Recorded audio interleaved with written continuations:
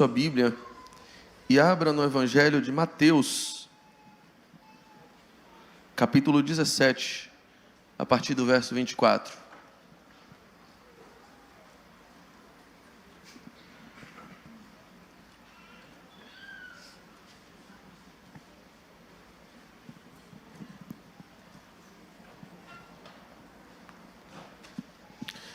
Mateus 17, 24. Assim está escrito na palavra de Deus, a minha versão, nova versão internacional. Quando Jesus e seus discípulos chegaram a Cafarnaum, os coletores de imposto de 2 dracmas vieram a Pedro e perguntaram: o mestre de vocês não paga imposto do templo? Sim, paga, respondeu ele. Quando Pedro entrou na casa, Jesus foi o primeiro a falar, perguntando-lhe: o que você acha, Simão? De quem os reis da terra cobram tributos e impostos? Dos seus próprios filhos ou de outros? Dos outros, respondeu Pedro. Disse-lhe Jesus: então, os filhos estão isentos, mas para não escandalizá-los, vá ao mar, jogue o anzol, tire o primeiro peixe que você pegar. Abra-lhe a boca e você encontrará uma moeda de 4 dracmas. Pegue-a, entregue a eles, para pagar o meu e o seu imposto. Que o Senhor nos abençoe. Meus amados, o texto aparentemente inusitado, que está aqui na Bíblia, é um momento onde cobradores de impostos, coletores, chegam a Pedro e questionam sobre a cobrança de um imposto chamado imposto do templo. Ele era pago uma vez por ano por todos os homens acima de 20 anos dentro de Israel. Era um imposto que servia para manutenção dos serviços do templo, dos gastos necessários, ordinários, que eram devotados e que eram executados no templo. Jesus aparentemente estava começando a ser visto como alguém potencialmente subversivo. Alguém que poderia estar se levantando como uma ameaça contra o reino. Um pretenso César. E agora já não há aquela certeza, aquela segurança, se ele até paga imposto ou não. Vem cá, você reconhece o reino? O mestre de vocês, já que vocês são tão bons, já que vocês são tão acima, já que vocês têm um plano aí que ninguém entende, já que você fala inclusive em outro reino, já que vocês têm um outro senhor que não César, o mestre de vocês paga imposto então? E aí Pedro dá uma resposta inadvertida, aparentemente nervosinha. Pedro está ali e diz: paga, claro, paga. Ele diz categoricamente paga, mas depois corre para casa. Certamente perguntar: Jesus, a gente paga ou não? E quando ele chega, ele é imediatamente interrompido por Jesus. Ele chega e certamente os capatazes chegam atrás, já com o DAN emitido lá, para fazer autuação em flagrante, pela sonegação do imposto. E aí, Jesus começa: Pedro, é o seguinte, uma dúvida aqui, cara. Quando um rei resolve tributar alguma coisa, ele cobra esse tributo dos próprios filhos, ou ele cobra dos demais súditos? A família real paga imposto, Pedro? Os reis aqui dessa terra, eu estou falando pela lógica deles. A lógica deles. Um rei aqui na terra, ele cobra o imposto do próprio filho dele, do neto dele, da esposa dele, ou ele cobra imposto dos de fora? Aí Pedro diz: dos de fora, né? Família real não paga imposto. Filho do rei não paga imposto. Ele: pois é, rapaz. Então os filhos estão isentos, certo? Essa é a única vez que Jesus aparece evocando uma prerrogativa para auferir pretensamente algum benefício, como filho de Deus. O que Jesus está dizendo? Eu não tenho que pagar imposto da casa do meu pai. Se eu sou filho do rei, por que eles estão cobrando um imposto do filho de Deus? Um imposto que é para o templo, a casa de Deus. Por que o filho de Deus tem que pagar? Eu sou da família real, eu não tenho que pagar. Eu não deveria estar pagando. Jesus começa trazendo essa asseveração, essa sentença, essa premissa: eu não preciso pagar. Eu não tenho obrigação de pagar, não tem lógica os filhos de Deus pagarem imposto do templo de Deus. Isso é uma tarefa do restante da sociedade. Só que, Pedro, eu não vim aqui para garantir meus direitos. Eu não estou aqui lutando pelos meus direitos. Eu não estou aqui fazendo valer, evocando a carta magna para ser lembrado dos meus preceitos fundamentais e dos meus direitos constitucionais. Eu vim aqui manifestar amor por eles. Ele diz, para que não os escandalize, a gente vai pagar. Eu vou pagar por amor a esses cobradores de imposto. Eu vou pagar para que eles não tenham a imagem indevida do reino que eu vim propagar. Eu digo isso porque isso é um excelente gancho para manifestarmos uma situação. Eu tenho o privilégio de ter amigos de diversas orientações religiosas, inclusive sem orientação religiosa. Essa semana, na sexta-feira, eu fui a uma rádio aqui de Salvador dar uma entrevista, e quando eu adentrei ao estúdio, foi um cenário interessante, porque tinha um conhecido líder espírita, que estava sendo entrevistado por uma adepta da religião do candomblé, uma candomblecista, devidamente trajada. A âncora do programa que eu ia participar, a apresentadora, é ateia, e eu era um pastor. Eu já entrei assim, uns 4 um olhando para o outro, eu peguei, rapaz, que crossover é esse aqui? Que multiverso que eu estou aqui, gente. E um olhou para o outro, a gente começou a rir, e aí a apresentadora, a Cristina Miranda, ela falou assim, rapaz, a gente tem que fazer uma foto disso. Acabou não saindo a foto. Mas foi uma cena interessante, todo mundo se cumprimentou, todo mundo deu risada, não houve discriminação, não houve ódio, não houve disputa, não teve fight, não houve debate, apenas houve respeito, houve abraços, houve carinho, sorrisos, e depois cada um se despediu. Mas eu digo isso porque eu conheço muitas pessoas hoje que se declaram ateístas, ateias. E assim, eu vou falar dos ateus que eu conheço. Os ateus que eu conheço. Antes que alguém venha, não, mas tem um ateu lá na Sibéria que pensa diferente. Eu não conheço o da Sibéria, amém? Os que eu conheço, a partir de conversas, a partir de entrevistas com eles, de diálogos, de bate-papo, eu assimilei uma coisa. Eles não têm problema com Deus. O problema dele não é com Jesus. Com quem é o problema dele, gente? Com quem? Com os cristãos. Com a galerinha. Um amigo meu disse uma coisa bem engraçada, que para ele, Jesus é igual a banda Los Hermanos. É até legalzinho, mas os fãs é que queimam. É que são muito chatos. Boa parte deles, quando você vai perguntar a eles, por que você é ateu? Eles vão dizer, porque os crentes, blá, blá, blá, blá, blá. Porque nas igrejas, blá, blá, blá. Porque a hipocrisia, blá, blá, blá, e começa. É engraçado isso.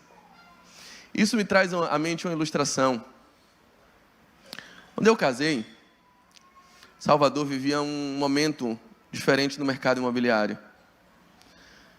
Tinha sido aprovado, por volta de 2006, 2005, um novo PDDU aqui na cidade, que mudou o plano de edificações aqui. Por exemplo, o bairro de Jardim Ramação. Minha esposa cresceu aqui nesse bairro. Era um bairro horizontal. Hoje em dia é um bairro verticalizado. Só tem prédio aqui. Não existia prédio em Jardim Ramação. Quando eu a conheci, era só casa. Ela morava numa casa. Hoje a casa dela não existe mais. Existem 80 casas no lugar onde existia uma. Salvador viveu esse momento e isso ocasionou um boom imobiliário. A ponto de que você está olhando o mar, para tomar água de coco, quando volta tem um prédio na frente. Os prédios foram surgindo, parecendo que Salvador era de Lego. As pessoas iam encaixando as peças, agora tem prédio. Do nada, aparecia um prédio, na mesma velocidade que hoje aparece um açaí. Rapaz, um atacadão. Um atacarejo, é impressionante. E o hiperideal. Com a mesma velocidade. Eu não sei que mágica é essa. Parece o gênio do Aladim. Que constrói o palácio do dia para a noite, aparece um hiperideal hoje. Enfim. Mas antigamente eram prédios novos. Do nada os prédios se levantavam. E quando eu fui casar, Salvador estava nesse momento. E lá vou eu escolher uma casa para morar. Assumindo aquele programa Minha Casa Minha Dívida. Lá vou eu procurar um lugar para habitar dignamente com a minha família. A minha esposa, éramos só nós dois. Mas o trabalho difícil que é escolher um apartamento na planta. Porque parece que aquela planta nunca vai dar fruto. Nunca vai germinar de verdade. Meu Deus do céu, que horror. É tudo muito feio. Aí você vai e o cara, olha, isso aqui vai ser o paraíso. Eu peguei, só se for Paraisópolis, lá de São Paulo, aquele lugar feio, horroroso. Não, gente. Muito feio. Porque é só andaime, poeira, um negócio cinza, reboco. Você não tem como acreditar que aquilo vai ser um lugar habitável. Porque é tudo muito feio. Mas aí entra a esperteza, o estratagema, toda a perspicácia astuta dos corretores. E, obviamente, com exceção dos corretores que estão presentes aqui no culto hoje, todos os demais são seres bastante astutos, dos quais eu tenho eminente repulsa. Obviamente, com exceção daqueles que estão aqui, estiveram no culto das 8 e que estão nos assistindo agora pelo YouTube. Com exceção desses, os demais não aqui elencados são pessoas de uma astúcia, de uma capacidade de elaboração de estratagemas, artifícios ardilosos, setas inflamadas do maligno, tais quais a carta exódia do Yu-Gi-Oh! Deles. A bucha de cena com a qual eles batem na sua cara. O apartamento decorado. Rapaz, apartamento decorado é uma praga, velho. Por quê? Porque você entra, ele diz assim, isso aqui vai ser lindo. Você vai ser o quê, rapaz? Isso aqui tá uma porcaria, isso aqui não termina nunca, essa construção tá horrorosa, não sei o quê. Ele, peraí, eu vou te levar. Aí eles pegam um apartamento no térreo, ou no primeiro andar, e colocam ele prontinho. Aí você, não, isso aqui vai ser horroroso. Quando ele abre a porta, visite um decorado. Você abre a porta do lugar, você, é isso? Espelho na casa toda. Aí você, é assim que vai ficar? Meu irmão, um lustre que parece que veio de Luís XIV, da França.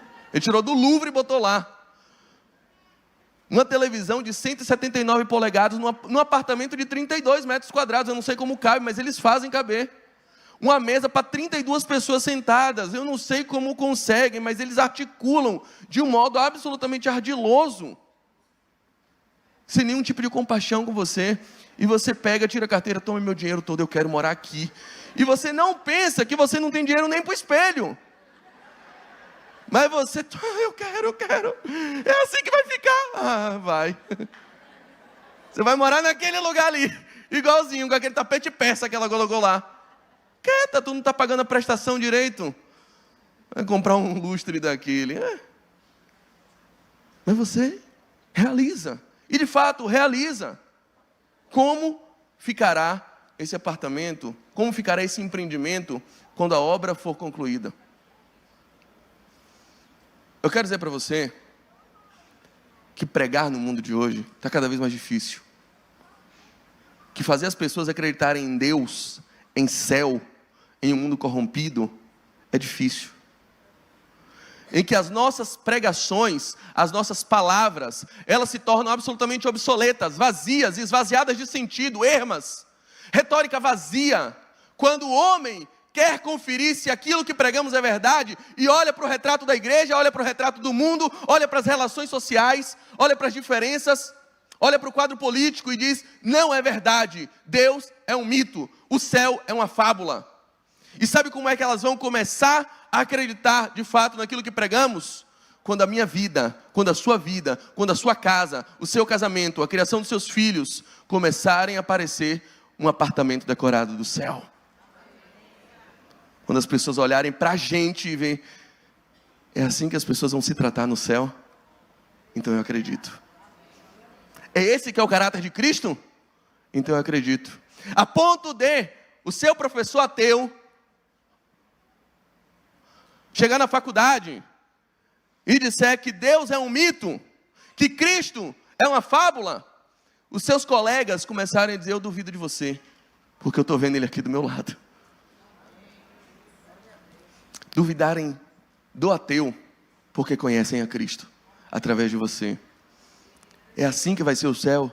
Então eu acredito, então eu compro. Mesmo com o mundo cheio de andames, mesmo com o mundo absolutamente cheio de escândalos, Jesus, para não escandalizar, para manifestar amor, ao invés de garantir os seus próprios direitos, diz: por amor a eles, vão pagar, Pedro. Vão manifestar que eu não quero que eles pensem coisas erradas do meu reino. Vamos mostrar que eu também estou aqui para me doer pelas causas deles. Vamos mostrar, Pedro. Vamos abraçar, vamos acolher a necessidade deles. E aí, Pedro está estressadinho. Tá bom, Jesus, vamos, mas é que não chegou Pix hoje, tá? Não entrou nada na lojinha. Não vendemos nenhum, você entendeu errado hoje. Como é que a gente vai pagar, Jesus? O Dan já está emitido, já estamos na dívida ativa. Como é que a gente vai fazer isso, Jesus? Não tem dinheiro, ninguém ofertou hoje. O que a gente vai fazer? Aí Jesus: ô Pedro, está estressado, meu filho? Está estressado? Vai pescar. Está estressado, vai pescar, pô. E quando você pescar, você vai pegar um peixe. E dentro desse peixe vai ter uma moeda. Aí você pega essa moeda, vai ser 4 dracmas, equivalente a 2 de dracmas. Cada imposto era 2 dracmas. A dracma não era mais uma moeda circulante, mas já estava no vocabulário das pessoas. Naquele momento, valiam ciclos. Mas as pessoas ainda chamavam de dracma, uma moeda que já não circulava mais entre eles. Tipo você que até hoje chama Bom Preço de Paz Mendonça. E diz que o nosso aeroporto se chama 2 de julho. Liga o toca-fitas do rádio e tudo mais. São diversos exemplos. Mas naquele momento eles chamavam assim, ainda que a moeda não circulasse mais. E aí, Jesus fala isso para Pedro. Pedro vai lá, pesca o peixe, pega a moeda e paga o imposto. E agora vejam, Pedro, angustiado com um problema aqui ordinário, com um boleto para pagar, um DAM para vencer, um imposto ali, com dívida ativa, Pedro preocupado com aquele problema iminente ali que tinha para resolver. E Jesus avançando em questões mais profundas. Olha onde estava a mente de Jesus. Porque, imagine comigo, Guilherme Arantes chegou a dizer que o nosso planeta não deveria se chamar planeta Terra, mas planeta Água, porque boa parte dele é só oceanos. O tamanho dos nossos oceanos, o tamanho das nossas águas, dos nossos afluentes. Estima-se que nos oceanos existem cerca de 2.200.000 espécies de seres marítimos. Dentre essas espécies de seres marítimos, existem milhares de peixes. E dentre esses milhares de peixes, existem milhões de peixes, de espécies de peixes diferentes. E dentre essas milhões de espécies, existem milhares de cardumes. E cada cardume tem milhares de peixes. Mas Jesus conhecia a trajetória de um em específico. Sabia de onde ele vinha, sabia para onde ele iria e sabia que horas era necessário para pescar um peixe individualmente. Um peixe que dentro da barriga dele tinha uma moeda. E eu quero dizer para vocês que o Deus que conhece os peixes é o Deus que conhece os homens. É o Deus que acompanhou suas vagueações. É o Deus que conhece sua trajetória. É o Deus que conhece a minha história. É o Deus que sabe por onde você tem andado. É o Deus que sabe os passos errados que você já deu na vida. É o Deus que sabe para onde você vai e de onde você vem. É o Deus que sabe quem você é. O Deus que sabe por onde vão os peixes. É o Deus que sabe onde você estava ontem de noite, sofrendo com o pênalti de Éder Militão. É o Deus que sabe o que você fez durante a semana. É o Deus que sabe da sua história. É o Deus que estava ao pé da sua cama na noite mal dormida. O Deus que conhece os peixes. É o Deus que conhece os homens. E Jesus não conhecia apenas o peixe, mas Jesus conhecia o que o peixe tinha comido. Ele sabe, ele vai dizer: Pedro, pesca esse peixe. E como é que eu sei que é esse peixe? Porque esse peixe tem algo especial, ele comeu uma moeda. Pegue a moeda, está na boca dele agora, você vai pegar a moeda e o valor exato. Eu sei qual é a moeda, se você quiser eu falo o número de série dela, para pagar o nosso imposto. Jesus sabia o que tinha dentro da barriga daquele peixe. E eu quero dizer para você também, que o Deus que conhece o interior dos peixes, é o Deus que conhece o interior dos homens. Que conhece o meu e o seu coração. Que conhece o meu trauma. Que conhece a minha dor. Que conhece a sua angústia. E conhece o seu ódio, a sua ira, o seu rancor, o seu desejo de vingança. É o Deus que conhece suas alegrias. É o Deus que sabe onde dói. É o Deus que sabe o que arrepia a sua pele, o que lhe dá dor de barriga. É o Deus que conhece o seu interior. É o Deus que te mapeou. É o Deus que sabe aquilo que você não consegue superar. É o Deus que sabe aquilo que faz você chorar. Aquilo que desperta gatilhos de ansiedade. Aquilo que o seu coração reage de um modo absolutamente desproporcional, dependendo da situação. O Deus que conhece o interior dos peixes é o Deus que conhece o interior dos homens, que conhece a nossa alma, que mapeia a nossa mente, que faz rastro das nossas sinapses, que esquadrinha as nossas emoções. Deus sabe o que você tem comido. Veja só, alguns anos atrás, eu comecei a estudar algumas coisas sobre populações ribeirinhas, por causa da transposição do Rio São Francisco. E eu descobri uma coisa, que o maior inimigo das populações ribeirinhas, sabe o que é? Garimpo. O garimpo é o inimigo número 1 das populações ribeirinhas. Por quê? Especialmente essas populações, muitas delas vivem da pesca. A civilização cresce no afluente ali, em torno das águas. Então a pesca é a atividade principal deles. E uma das coisas que é mais mortífera por ação humana aos peixes é a contaminação por minério. Normalmente, os garimpeiros, eles extraem minério e levam para as margens dos rios para lavar. E aí, esse processo dispensa minérios e dispensa produtos que são usados para a lavagem de minérios, como mercúrio, por exemplo. Um peixe que engole 1 grama de minério está condenado a morrer. E não só morrer, como ele se torna condenável, impróprio para o consumo. Então, a dispensa desse material no rio é altamente mortífero para os peixes. O que eu quero dizer? Aquele peixe engoliu uma coisa que ia matar ele. Aquele peixe estava condenado à morte. E é curioso como Jesus pega aquilo que ia matar o peixe e transforma em algo que foi bênção na vida de Pedro e na vida dele. Transforma em algo útil. Olha que loucura. Eu estou falando com gente que está engolindo muito ódio nos últimos tempos.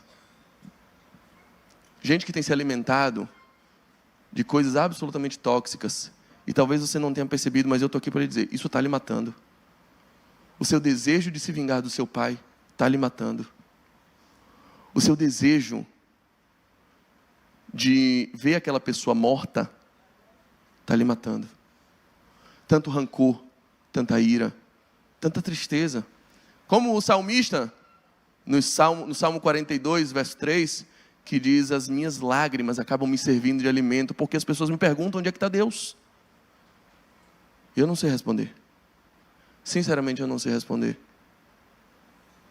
posso estar falando com gente, aliás, não só os próprios sentimentos, mas eu posso estar falando com gente que tem se alimentado com um tipo de palavra, com um tipo de mensagem absolutamente tóxica. E chegou o momento, sim, precisamos falar sobre lideranças abusivas, das quais você não consegue se desvencilhar e que tem ouvido palavras cada vez mais tóxicas, mortíferas, adoecedoras e mórbidas, que tem acabado com a sua saúde, mas você não consegue sair de lá. E eu estou aqui para dizer, você está morrendo aos poucos, com uma mensagem absolutamente divorciada da verdade das Escrituras, mas que é dita para você como palavra de Deus, como se palavra de Deus fosse, como se profecias reveladas fossem, e você vai comendo, porque a sua boca está aberta, e você sabe o ditado, como é que o peixe morre? Pela boca, porque ele não diz não à comida, e você está vulnerável a esse tipo de situação, absolutamente tóxica, que eu estou aqui para lhe dizer, está lhe matando. Eu estou falando com gente que tem se alimentado com conteúdos absolutamente tóxicos da sua vida, pernicioso, palavras absurdas que você tem ouvido, conteúdos loucos que você tem colocado para dentro da sua mente, para dentro do seu casamento, para dentro da sua casa, pessoas que você tem seguido, que tem te ensinado toda a sorte de egocentrismo, narcisismo, te ensinado a passar por cima de todo mundo para alcançar seus objetivos, ensinando que qualquer pessoa que se interponha entre você e o seu propósito merece ser eliminada, dizendo para você que você só pode andar com pessoas que venham para somar, e se você só anda com gente que vem para somar, desculpe, é você que está diminuindo na vida delas, te empoderando, aumentando o seu ego, te insuflando cada vez mais e te tornando cada vez mais solitário, porque você já não vê mais ninguém à sua altura e ninguém mais suporta você. Eu estou falando com gente que está engolindo, está comendo, está deglutindo alimentos que estão lhe matando. Eu estou falando com essas pessoas. Aquele peixe estava condenado a morrer. E aí entra Jesus. Olha a habilidade de Jesus de pegar a moeda que mataria o peixe e transformar isso em bênção na vida de outras pessoas, e transformar isso em algo útil. Aquilo que tornaria aquele peixe inútil é a mesma coisa que Jesus usa para tornar útil na vida de pessoas. Que onda, né? A gente ouve muito a verdade que está escrita em Romanos 8, 28, de que todas as coisas cooperam para o bem daqueles que amam a Deus. Mas esse talvez seja o versículo que eu vejo sendo usado com mais irresponsabilidade na Bíblia. Porque eu não seria louco de fazer o que eu já vi sendo feito. De chegar para uma mãe que chora porque sua filha foi violentada, ainda na tenra infância, longe dos olhos dela, e dizer, calma minha irmã, todas as coisas contribuem para o bem daqueles que amam a Deus. Esse estupro foi para o bem dela.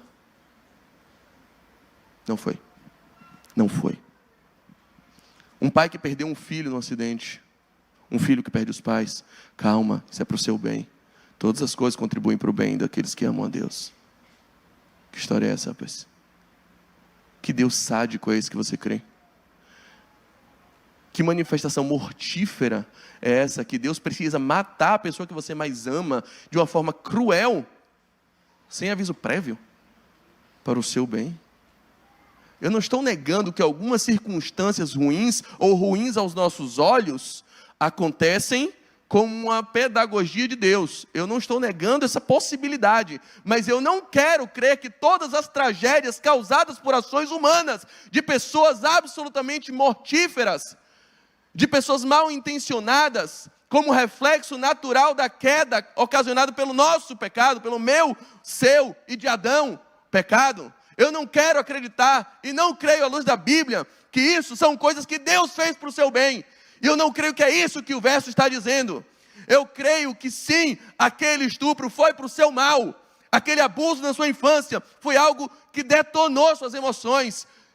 Foram circunstâncias que acabaram com você. Aquele divórcio não era para ter acontecido.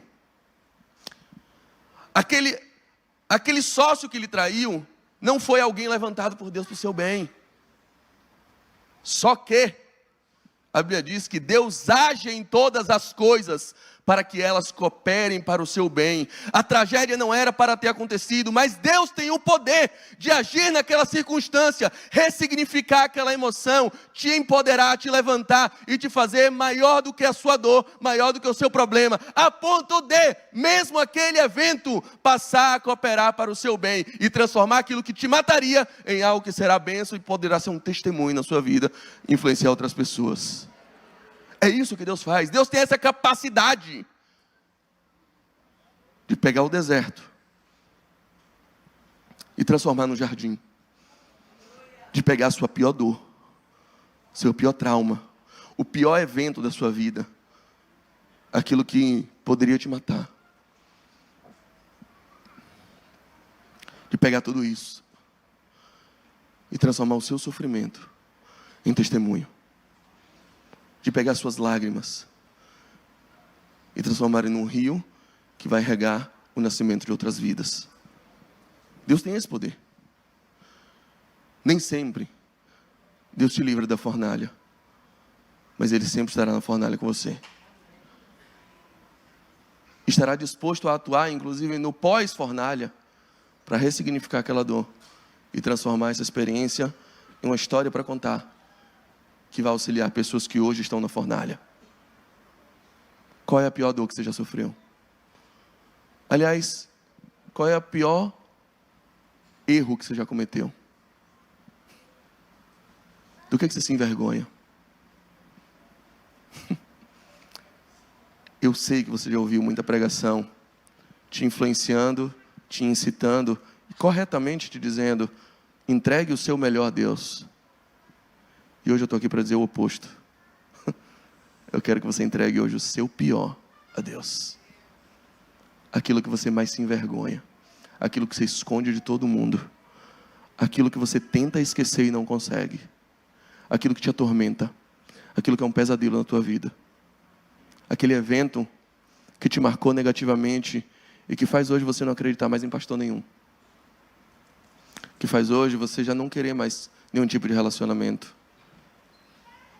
Talvez é nisso que Deus queira agir. Para te transformar em alguém maior que a sua dor. E capaz de influenciar pessoas que sofreram a mesma coisa.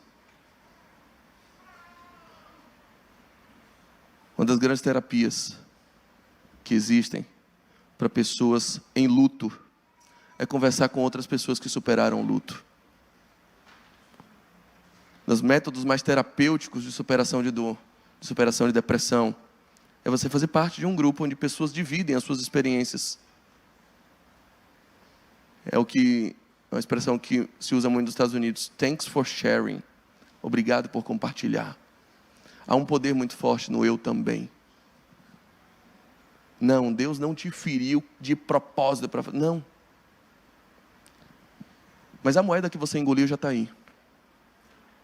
Já está aí.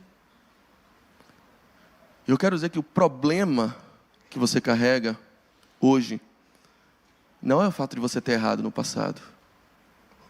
Não é o fato de você ter sido abusada. Não é o fato de você ter sido abandonado na sua infância. O problema é que você ainda não entregou toda essa dor, toda essa tristeza, toda essa mágoa, toda essa revanche nas mãos de Jesus. Tudo é uma questão disso. Gente, para amenizar o clima, Vini Júnior na mão de Carlo Ancelotti é o melhor jogador do mundo hoje.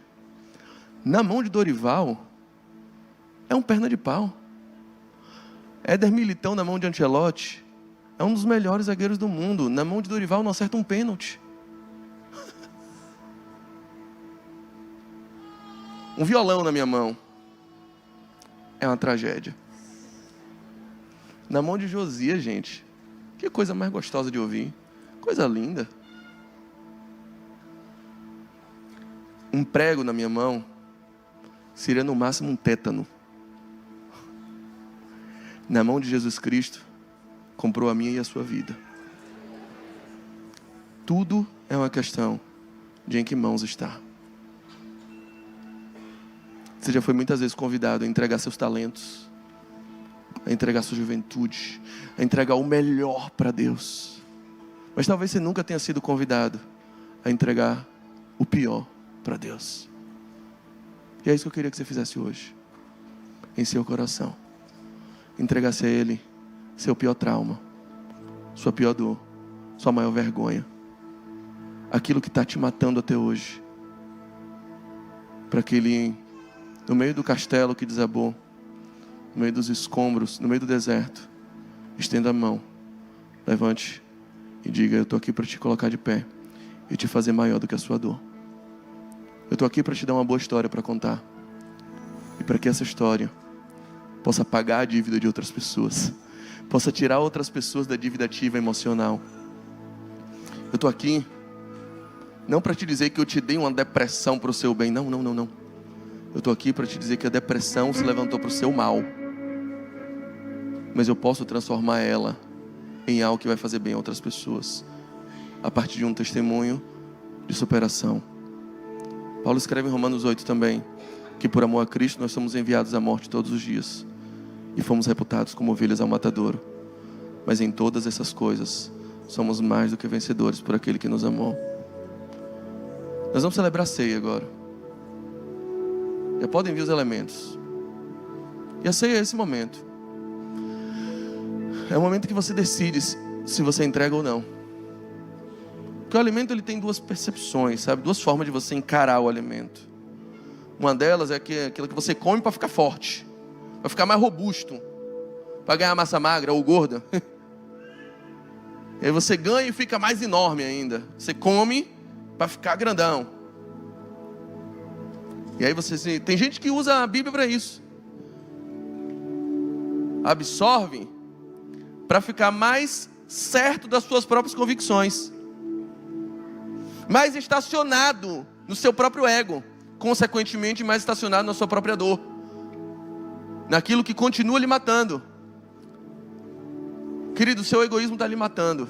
E se você está vindo à igreja para fazer isso, e para comer a ceia do Senhor, nesse sentimento, que bom, hoje eu não pequei, já mereço comer um pedaço da coxa de Cristo. Se você veio consumir, você só veio se inflar. A Bíblia diz que você está comendo e bebendo para a sua própria condenação. Esse pão vai ajudar a lhe matar. Mas se você veio com a mentalidade, aquela que os nutricionistas pregam tanto, de que você é o que você come, de se tornar aquilo que você está comendo, de comer o corpo de Cristo para se tornar mais parecido com Cristo, para se mortificar a ponto de dizer: já não sou eu mais quem vivo, é Cristo que vive em mim, e toda a minha dor, todo o meu trauma, toda a minha lágrima, toda a minha angústia, todos os meus sonhos, meus projetos, meus anseios, mas o meu desespero também, o meu medo, a minha vergonha, aquilo que eu não conto para mais ninguém, aquilo que eu tenho vergonha de ter feito, aquilo que eu tenho vergonha de terem feito comigo, tudo isso está nas mãos dele agora. Se você veio fazer isso, e se você quer pertencer ao corpo de Cristo, se você quer dizer: eu pertenço a Ele, eu não vim aqui só para uma eventualidade, não vim aqui só visitar, eu quero fazer parte da família de Jesus Cristo, você está convidado a comer desse pão, orando para que diz: Senhor, que eu seja o que eu como, que eu me torne aquilo que eu como, que eu me alimente de uma forma a entregar tudo nas suas mãos. E eu repito, o meu pedido hoje é esse: entregue o seu pior a Deus, a pior versão de você mesmo. O seu problema não é o abuso, o seu problema não é que você é uma pessoa ruim. Gente, na mão de Jesus, na mão de Jesus, uma pecadora, conhecida como pecadora, e que chega aos pés de Jesus, e o povo pergunta: o que Jesus está fazendo com a pecadora? Será que esse homem não sabe que ela é pecadora? E ela dá um showzinho particular, num jantar, para o qual ela não estava convidada, colocando os seus cabelos nos pés de Jesus, lavando os seus pés com lágrimas, e os homens olham e dizem: essa é uma pecadora. Aí Jesus diz: era, agora ela é uma adoradora, e onde for falado do meu evangelho, vão ter que falar dela também. Nas mãos de Jesus, pecadora vira adoradora. Nas mãos de Jesus, uma mulher possessa por 7 demônios vira um dos principais baluartes de anunciação do Evangelho, uma daquelas que voluntariamente sustentava Jesus com suas ofertas. Uma santa, Maria Madalena, nas mãos de Jesus. É isso. Aí você vai dizer, mas o que eu vou aproveitar? Mas eu sou tão fofoqueira. Querida, na mão de Jesus você vai ser um evangelista. Vai divulgar a boa notícia para todo mundo. Não vai se aguentar, estou com vontade de falar agora. Na mão de Jesus, essa sua carência, que faz com que você não se satisfaça com apenas um parceiro, vai ser ressignificada. E você vai espalhar amor pelo mundo. Vai canalizar e ressignificar a forma correta de amar. Porque você vai amar não a partir da carência, mas a partir da plena satisfação que você tem nele. Seu problema não é o que você passou, não é a sua culpa. Seu problema é que você ainda não entregou isso aos pés de Jesus. Que isso não está na mão dele, porque na mão dele, até o minério maldito que você engoliu, até a sua pior dor, pode se tornar um testemunho que vai te tornar uma válvula propulsora da propagação do Evangelho e uma arma poderosíssima nas mãos de Jesus Cristo. Se você quer isso, pegue o pão e o cálice e aguarde. Vamos cear todos juntos.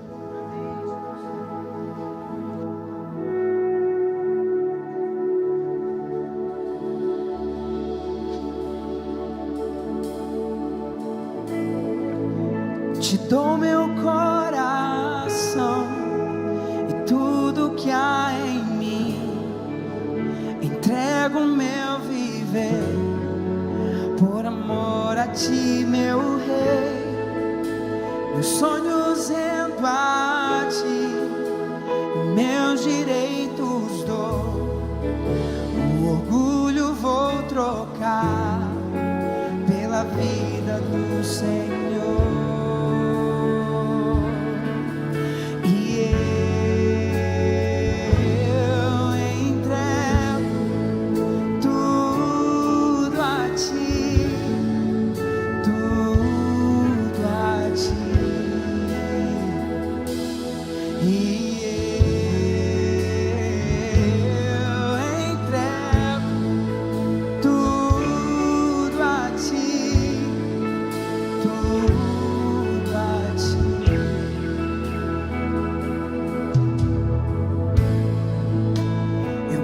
Esta canção de entrega a ti, Jesus, e o que o mundo dá, eu deixo aos pés da cruz, por conhecer a ti, teu nome dar louvor, sentir tua alegria, partilhando tua dor.